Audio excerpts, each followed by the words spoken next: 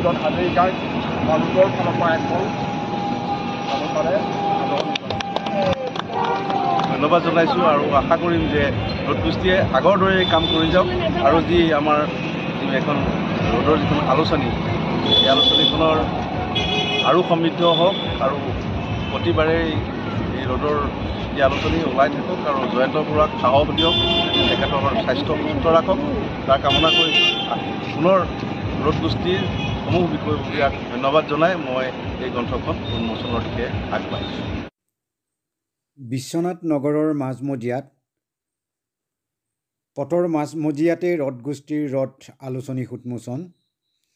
2029 চনৰ পৰা প্ৰকাশ পাই আহিছে ৰথ আলোচনী। ৰথগোষ্ঠীৰ দ্বাৰা প্ৰকাশ পোৱা ৰথ আলোচনীখন আজি আনুষ্ঠানিকভাৱে উন্মোচন কৰা হয়। উল্লেখ্য যে বিশ্বনাথ নগৰৰ মাজমজিয়াত 2025 বৰ্ষৰ প্ৰথম সংখ্যক ৰথ আলোচনীখন উন্মোচন কৰে সমাজসেৱক তথা জিলাখনৰ জ্যেষ্ঠ সাংবাদিক নিৰঞ্জন হাজৰিকাই। ৰথগোষ্ঠীৰ 2025 বৰ্ষৰ প্ৰথম সংখ্যক আলোচনী ৰথৰ উন্মোচনী অনুষ্ঠানত উন্মোচক নিৰঞ্জন হাজৰিকাই ৰথগোষ্ঠীৰ সকলো লেখক লেখিকাক শুভেচ্ছা তথা ধন্যবাদ জ্ঞাপন কৰে। ৰথগোষ্ঠীৰ সম্পাদক জয়ন্ত বৰুৱাই আদৰা অনুষ্ঠানটোত আমন্ত্ৰিত বিশিষ্ট অতিথি অকলক্ৰমে গোপাল শৰ্মা, তেজেন হাজৰিকা, তৃপ্তিৰেখা দাস, প্ৰতিভা বৰুৱা, মাধৱী হাজৰিকা, দুলাল বৰা, পূবালী শইকীয়া আৰু সাংবাদিক বিনীতা ঝা উপস্থিত থকা বুলি জানিব পৰা গৈছে। ৰখি যাবলগীয়া হৈছিল।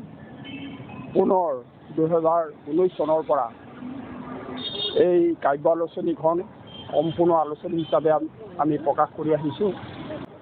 বিশেষভাৱে নাম ল'ব লাগিব প্ৰথম অৱস্থাৰ পৰাই আমাৰ নিৰঞ্জন হাজৰিকা, ৰবি শইকীয়া দাস, পূবালী শইকীয়া, তেজেন হাজৰিকা, দুলাল বৰাকে আদি কৰি বিশ্বজিৎ সুত, আমাৰ গোপাল শৰ্মা, হেমেশ্বৰ ওৰাং, বিমান ৰায় বৰুৱাকে আদি কৰি বহুকেইজন ব্যক্তিৰ উৎসাহ উদ্দীপনা তথা সাহসৰ ফলত এই তিনিমহীয়া আলোচনী ৰ'দ আজি অসমত এখন উল্লেখযোগ্য আলোচনী হিচাপে প্ৰতিষ্ঠিত হৈছে।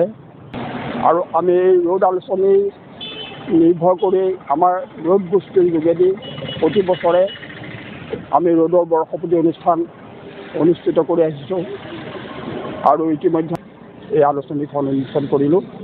গতিকে